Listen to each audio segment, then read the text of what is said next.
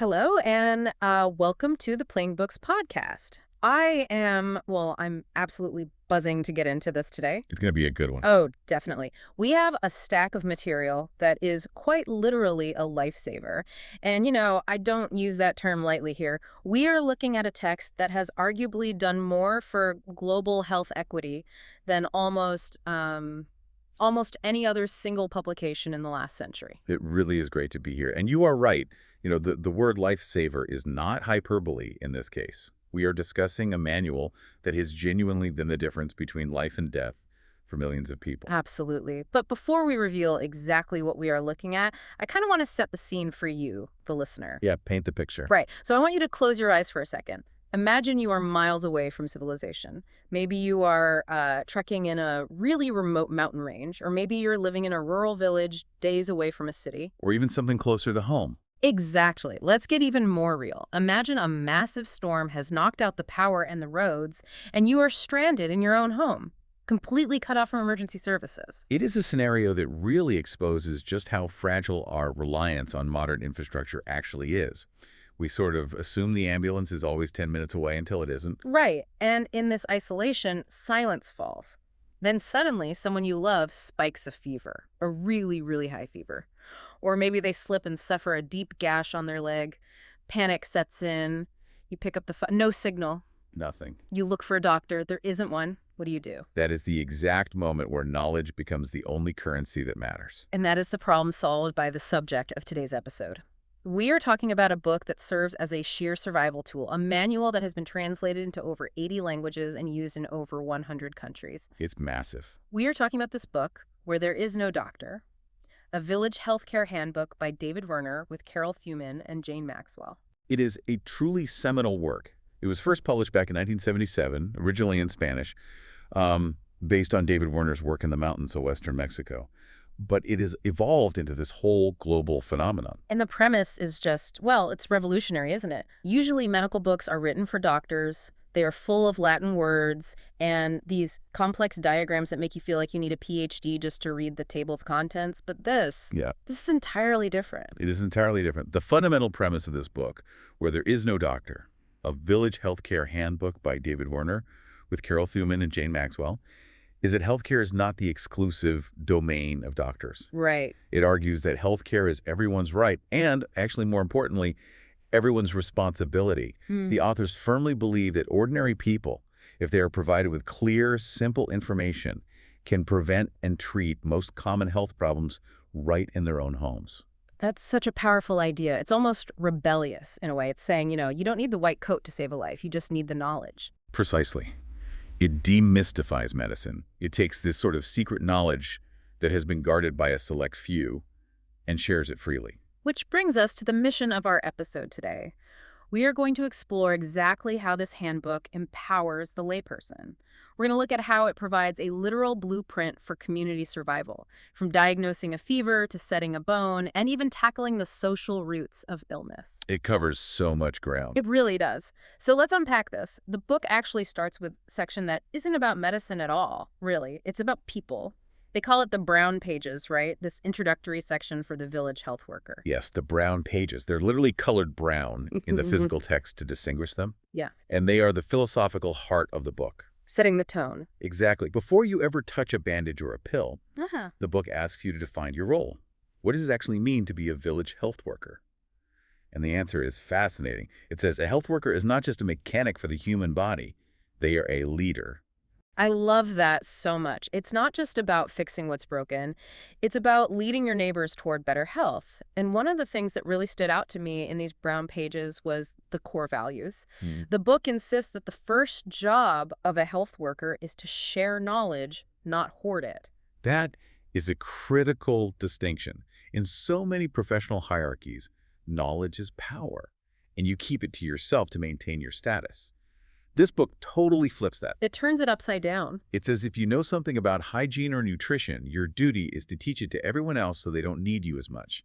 The ultimate goal is obsolescence. You want to create a community that is so knowledgeable they don't need the expert anymore. It's the classic teach a man to fish concept, but for health. Teach a man to treat a wound. And the way they talk about interacting with patients, it's incredibly human. There's this quote I underlined 3 times. Which one? It says, "Be kind. A friendly word, a smile, a hand on the shoulder often means more than anything else." It sounds so simple, but it is scientifically profound. The book discusses the tension between modern science and traditional healing. It points out that while modern medicine has the antibiotics and the advanced surgery, it often loses the human touch. Yeah, that bedside manner. Exactly. Traditional healers, on the other hand, might not have the penicillin, but they have the compassion. They actually touch the patient. They listen to them. And that compassion is medicine in itself. It absolutely is. It builds trust. Think about it. If a patient is terrified, their body is flooded with cortisol and stress hormones. A calm, kind presence, just a hand on the shoulder, can actually lower that stress response, which biologically aids healing. Wow. The book explicitly states that kindness is often better than medicine, but it also warns the reader. It says, do not let your new knowledge make you arrogant. It calls it the God complex, and it heavily warns the village health worker not to fall into that trap. That brings us to a really suspenseful part of the philosophy, which is knowing your own limits. Because look, if I'm the one holding the book and my friend is sick, I might start feeling like a superhero. But the book is very stern about this. It has to be. This is high-stakes decision-making. The book emphasizes that you must do what you know, but you must strictly avoid what you don't know if it could endanger someone. Right. It gives that terrifyingly real example of a mother bleeding heavily after giving birth. This is the exact scenario that keeps me up at night. It's a nightmare scenario. The book presents the cold logic. If the hospital's 30 minutes away, you transport her immediately. You don't try to be a hero, you get her to the experts. But, and this is where there is no doctor reality, if the hospital is 6 hours away or the roads are washed out, you cannot just wait. She will die. It's so intense. So the book teaches you to act. It teaches you how to massage the womb or inject an oxytocin drug to stop the bleeding. It's the ultimate rock in a hard place. You have to act because doing nothing is a death sentence, but acting carries massive risk. Exactly. And that is why the book is so incredibly detailed. It empowers you to take those risks intelligently when you have absolutely no other choice. It acknowledges the fear. It says, do not take unnecessary chances. But when the danger is clearly greater if you do nothing, do not be afraid to try something you feel reasonably sure will help. Reasonably sure. That's a scary phrase when someone's life is in your hands. But it's the fog of medical war, essentially. It empowers you to take the risk for the patient's sake, not your own ego. It also touches heavily on equity here. It encourages the health worker to treat everyone equally. It says explicitly, treat the poor the exact same as the rich. Work for the joy of it, not just for the money. Which is a really beautiful transition into how the book handles the culture of the people it's serving. Section 2 of our discussion takes us into home cures, beliefs, and the mind-body connection. A fascinating section. Right. Now, I fully expected a medical textbook to just say, hey, ignore the old wives' tales, here is the cold hard science. But this book is incredibly respectful of tradition. It is highly pragmatic. The authors know that if you walk into a village and just mock their deeply held traditions, no one will listen to you about anything else. That makes sense. But more than that, if they recognize that some home cures actually do work and others work specifically because of the placebo effect, the sheer power of belief. There is this great story in the book about the yam. Can you walk us through that? Yes, this is a classic example of the power of belief. The author recounts seeing a woman cure a man's blinding headache simply by strapping a piece of yam, a sweet potato, to his head. Just a piece of potato. Right. She told him it was a very powerful painkiller. And it actually worked. It worked almost instantly. The pain vanished. Now, chemically speaking, a slice of yam on the forehead does absolutely nothing. But the man's belief in the woman's healing power was so strong that his own brain released its own painkillers endorphins and resolved the tension. The brain is amazing. It is. The book says we shouldn't dismiss this. If a home remedy is harmless and it makes the person feel better, just let them use it. But then you have the snakebite cures. And this is where it gets a little more dangerous. Right. The book lists common folk remedies for snakebite, like eating grocco leaves or even biting the snake back. Biting the snake back. Seriously? Yes, or applying tobacco to the wound. The book explains a very important logical fallacy here. People swear these cures work because they know someone who was bitten, used the leaves, and lived. Survivorship bias. Exactly. The book points out that if the person recovered, the snake probably wasn't poisonous in the first place, or it just didn't inject much venom. So the fake cure gets all the credit, but it was really just luck. Precisely. But even there, the book notes that the belief in the cure might keep the victim calm. And staying calm actually slows your heart rate, which physically slows the spread of the venom through the bloodstream. So even a useless cure has a psychological and physical benefit. Yes. However, the book is extremely firm on this point. For a venomous bite, you need antivenom.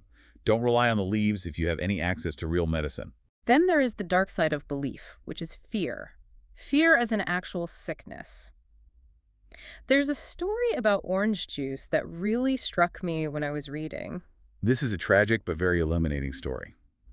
A woman had a miscarriage and was bleeding.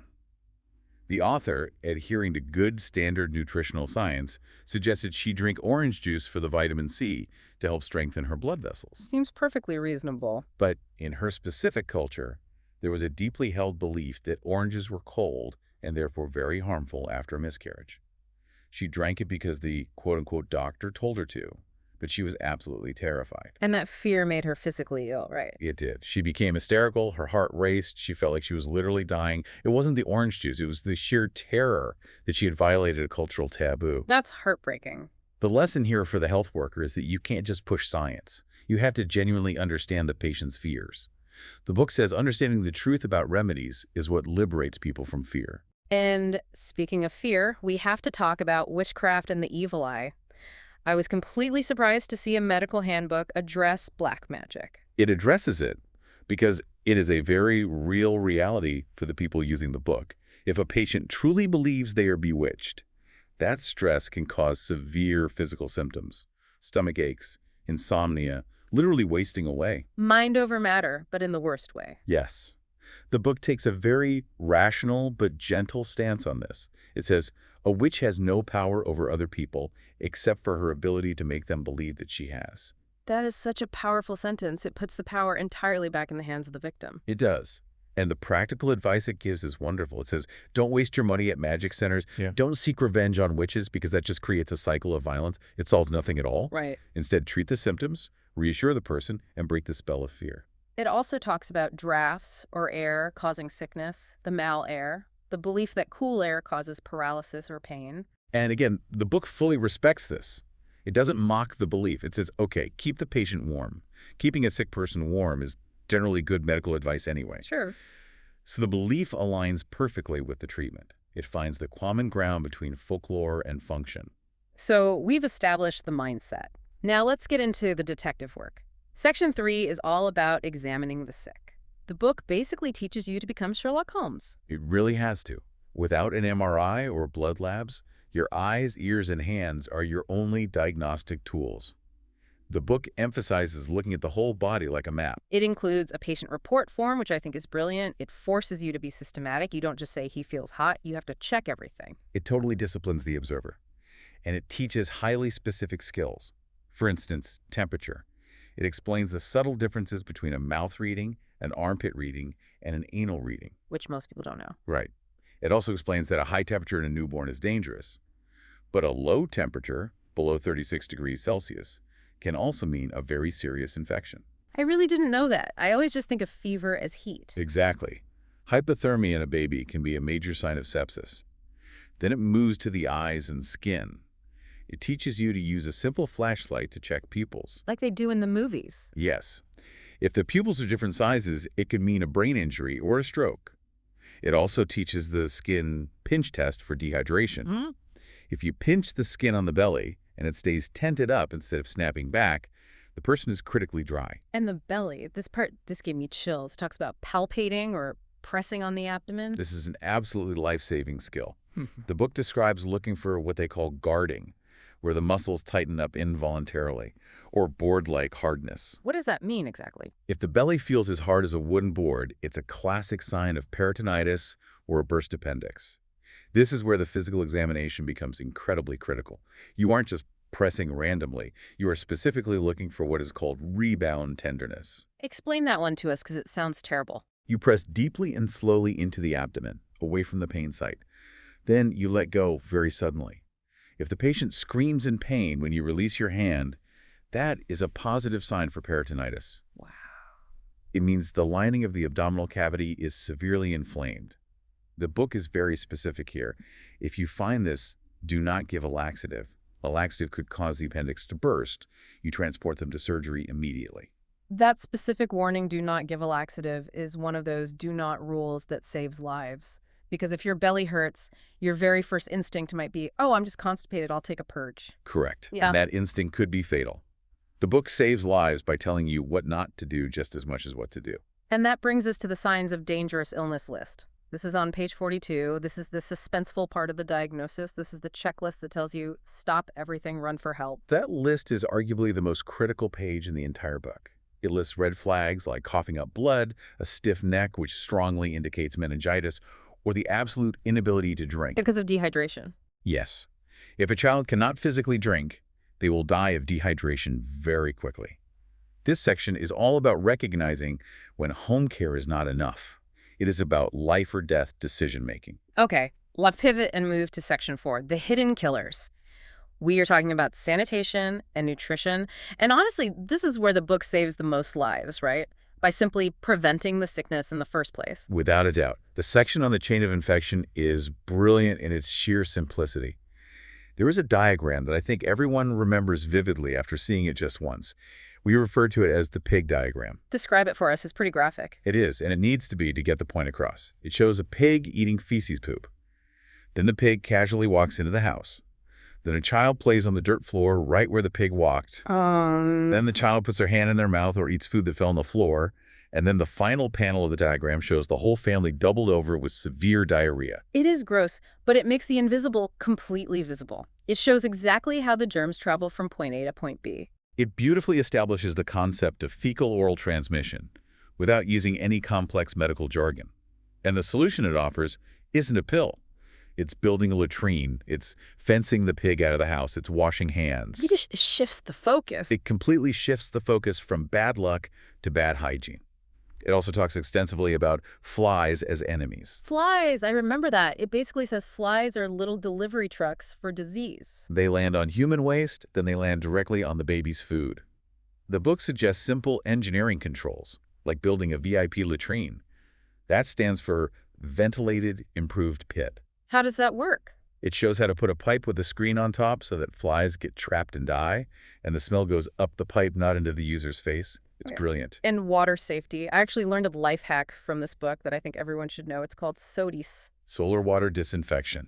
It is Yeah. absolute genius. If you don't have firewood to boil water, which is a very common problem in deforested areas, you can take a clear plastic bottle, fill it with water, and lay it in direct sunlight on a corrugated roof for 6 hours. And that's it. That's it. The UV radiation and the heat kill the germs. It costs $0. That is incredible. Just sunlight and a plastic water bottle. It is appropriate technology at its finest. It empowers people with resources they already have lying around.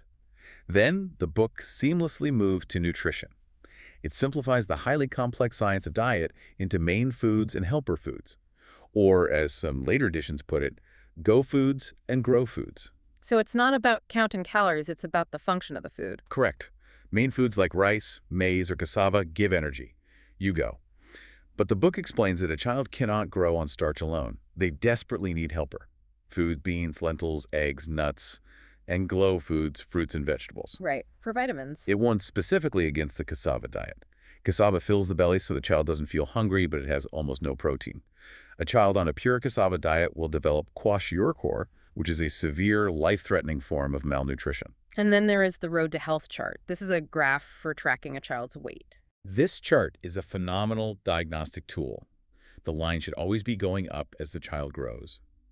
The book teaches parents, if the line goes flat, even if the child doesn't look sick yet, they are in extreme danger. It's an early warning system. A flat line is a warning siren. It allows for intervention before the child is critically ill. And specific deficiencies, too. The book talks about night blindness. I remember reading that a lack of vitamin A makes children go blind, and it starts with them just not seeing well at night. Yes, xerophthalmia. And the tragedy is, the cure is literally growing in the garden. Green leafy vegetables, yellow fruits like mangoes or papayas. The book empowers the community to cure blindness with a garden. It connects agriculture directly to health. But there's one thing the book is very aggressive about stopping, and that's bottle feeding. The book takes a very hard line here. In a village setting, formula bottle feeding is often a death trap. A death trap. That's strong language. It is, but it's accurate. You have to mix the powder with water. If the water is contaminated, you are feeding the baby pure bacteria. Plus, bottle nipples are notoriously hard to sterilize without boiling water. And there is an economic argument, too. Huge economic argument. It breaks down the cost. It calculates that to buy enough formula to feed a baby properly takes a massive percentage of a poor family's income. So what happens? They water it down. The mother dilutes the formula. She puts half the powder in twice the water just to make it last longer. So the baby starves. The baby slowly starves. And because the water is likely dirty, the baby gets diarrhea, which accelerates the starvation. It is a vicious cycle. The book fights vehemently against the marketing of big formula companies that try to convince village women that modern women use bottles. Right, fighting that propaganda. The book says no. The modern intelligent choice is breast milk. Breast milk has antibodies, it is sterile, it is exactly the perfect temperature. It really paints the bottle as a villain in that context. Now let's talk about Section 5, treatments, medicines, and the medicine kit. This is where things get really counterintuitive. The book basically says water is often better than medicine. It devotes an entire chapter to healing without medicine. It argues that for fevers, for diarrhea, for many minor infections, correct hydration is far more effective than just throwing antibiotics at the problem. And this leads to ORT, oral rehydration therapy, the special drink. This is perhaps the single most important intervention in the entire book. Dehydration from diarrhea kills millions of children. Millions. That's staggering. And the cure is not an IV drip in a hospital, because the hospital is too far away. The cure is a liter of clean water, a pinch of salt, and a handful of sugar. That's it. Literally just salt and sugar. That is it. The sugar helps the body absorb the salt and water across the intestinal wall. It is a suspenseful race against time when a child is severely dehydrated. You have to get that fluid in them. The book gives a recipe and says, do this immediately. Don't wait for a doctor. It saves lives for pennies. But then we do get to the medicine kit and the green pages. These are the pages in the back with the actual dosages. The green pages are the reference manual. They list medicines, dosages, and crucially warnings. The book is very, very cautious about medicine. It has a section called The Danger of Injections. Now, I feel like in many places, people think if it's not a shot, it's not real medicine. There is a massive cultural obsession with injections globally. People think they are stronger, faster, just better. The book argues the exact opposite. Why is that? It says injections are often much more dangerous. They can cause severe abscesses if the needle isn't perfectly sterile. They can cause instant anaphylactic shock, and they are needlessly expensive. There's a quote that stands out in big, bold letters. Medicines can kill. It's printed right there on the page. The expert advice here is to limit use. It warns specifically about antibiotics like chloramphenicol. It's cheap and effective for typhoid, but it can utterly destroy a newborn's blood cells. It's a condition called gray baby syndrome. That sounds horrific. It is. It also warns about oxytocics, drugs used to speed up labor. If you use them wrong, you can rupture the mother's womb. The book is terrified of the more is better mentality. It also talks about antibiotic resistance, which feels very modern for a book from the 70s. It does. It explains simply that antibiotics kill bacteria, not viruses. If you take them for a common cold, you're wasting your money and making the germs stronger for next time. It explains the different families, penicillins, tetracyclines, sulfas. It emphasizes taking the full course, even if you feel better on day 2. And it even addresses the person selling the drugs. There is a letter to the village storekeeper. This is a brilliant inclusion. The authors know that the very first doctor people see is often just the guy at the corner store selling supplies. Right, the local shop owner. The letter challenges them to be highly ethical. It says, don't sell expensive vitamin tonics when eggs and fruit are better and cheaper. Don't sell antibiotics for a cold because they don't work on viruses. It treats the storekeeper as a vital part of the health system. It asks them to be a community leader, not just a vendor looking for a profit. Moving on to Section 6, Women's Health and Family Planning. This section feels very empowering. It's very frank. It is. It treats women's health not as some shameful secret, but as a central pillar of community survival. It covers pregnancy and birth in great detail. It talks about prenatal care, checking for anemia, checking for high blood pressure, which can be a sign of toxemia. And the birth itself. It gives extremely clear instructions on cutting the cord. And again, it confronts dangerous traditions. It warns against putting dung or spider webs on the cut cord to stop bleeding. People put dung on a newborn's umbilical cord. It is a common practice in some areas. but it directly leads to fatal tetanus. The book says firmly, keep it clean, keep it dry. And family planning. This connects back to the resources argument we touched on earlier. Yes, the logic it presents is stark. A limited amount of land can only support a limited number of people. It directly links family size to poverty. If you have 10 children and 2 acres of land, everyone goes hungry. It's just math. Exactly. It argues that child spacing, waiting 2 or 3 years between babies, makes for healthier babies and much healthier mothers. So it covers birth control. It covers absolutely everything. The mucus method of natural planning, pills, condoms, IUDs. It gives the objective pros and cons of each. It respects the reader's intelligence to choose what is best for them. It even discusses the side effects honestly, so women know exactly what to expect. And I was really touched by the section on infertility. In many cultures, a woman who can't have children is cast out or deeply shamed. The book addresses that shame head on. It encourages these women to be mothers to the community. It totally redefines their value. It says you have a vital role. You are valuable. Do not let this biological fact define your worth as a human being. It is deeply compassionate. Now, we get to the deepest part of the conversation, if you will. Section 7. Social justice, the root cause of sickness. This is where the book stops being just a medical manual and essentially becomes a political manifesto. You cannot separate health from politics. The book makes this totally explicit. It asks the big question, why? Why do people get sick in the first place? It uses a chain of causes diagram. Can you walk us through that? It's fascinating. Imagine a child with diarrhea. Level 1 is the immediate cause, the infection, the actual germs. Level 2 is the underlying cause. Why did the child eat germs? Poor hygiene, lack of clean water, malnutrition making their immune system weak. Okay, that all makes sense. But then level 3 is the root cause. Why is the water dirty? Why is there no food? Poverty, unfair distribution of land. Greed. It actually lists greed as a cause of death. It does. It boldly states that health is political. It says a balance between people and land must be based on fair distribution. If the rich own all the best fertile land and the poor are pushed to the rocky slopes where they can't grow food, the poor will get sick. And no amount of penicillin will fix that injustice. Precisely. No pill cures poverty. That is a heavy realization. It challenges the reader. It asks, what are the rights of rich people, of poor people? Is this fair? We are just reporting what's in the text here, but it's a very strong stance. It challenges the health worker to be an activist. It says treat the diarrhea, yes. Build the latrine, yes. But also organize. Change the society. Fight for your rights. Because ultimately, inequality is the disease. Wow.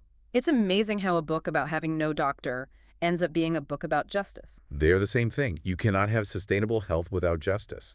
The book explicitly states that health problems are agricultural problems. If you overfarm the land, the soil dies. If the soil dies, the crops fail. If the crops fail, the children starve. So the health worker also needs to be a farmer. In a way, yes. The book suggests crop rotation. It suggests contour farming to stop soil erosion. It suggests that a village health worker should actively organize the community to protect their shared water source and improve their fields. So, bringing us to Section 8, practical applications. I'm looking at this book and I'm thinking about you, our listener. You might be in a city, you might have a great doctor nearby. Why should you care about any of this? Because the core philosophy of self-reliance is completely universal. This book, Where There Is No Doctor, a Village Health Care Handbook by David Werner with Thuman and Jane Maxwell, challenges you to take responsibility for your own body.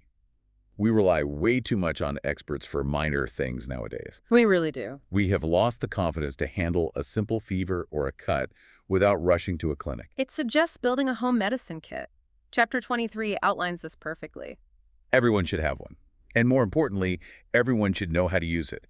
Do you know how to treat shock? Do you know how to stop severe bleeding? Do you know when a fever is actually dangerous and when it's just the body doing its job fighting a bug? This book gives you that basic health literacy. And it's about community, too. The village health worker looks out for their neighbors. We can do that, too, right? Exactly. Check on your elderly neighbor during a heat wave. Share your knowledge about nutrition with your friends. The underlying spirit of the book is that we are all fundamentally responsible for each other. If your neighbor is sick, you are at risk. If your community is unhealthy, you cannot be fully healthy yourself. This has been an incredible journey through this book, Where There Is No Doctor. A Village Health Care Handbook by David Werner with Thuman and Jane Maxwell. It's more than a book. It's a mindset. It is a profound toolkit for survival and dignity. So here's my challenge to you, the listener. Don't just let this information wash over you. Let the ideas in this book really enhance your life. Don't just blindly rely on experts for everything. Become informed. Ask questions. Understand the why behind your health. And engage with the broader mission. The Hesperian Foundation, which publishes this book, is still incredibly active. They are still fighting for global health equity every single day. They're constantly updating these texts to reflect new challenges like HIV and COVID-19. Yes. Engage with the author and the Hesperian Foundation on social media. See how this vital work continues globally. It is deeply inspiring stuff. And I would strongly suggest purchase the book. Absolutely. Go buy it today. Have it on your shelf. Wow. Where There Is No Doctor, a Village Health Care Handbook by David Werner with Thuman and Jane Maxwell. It is an absolute essential survival manual for every single home.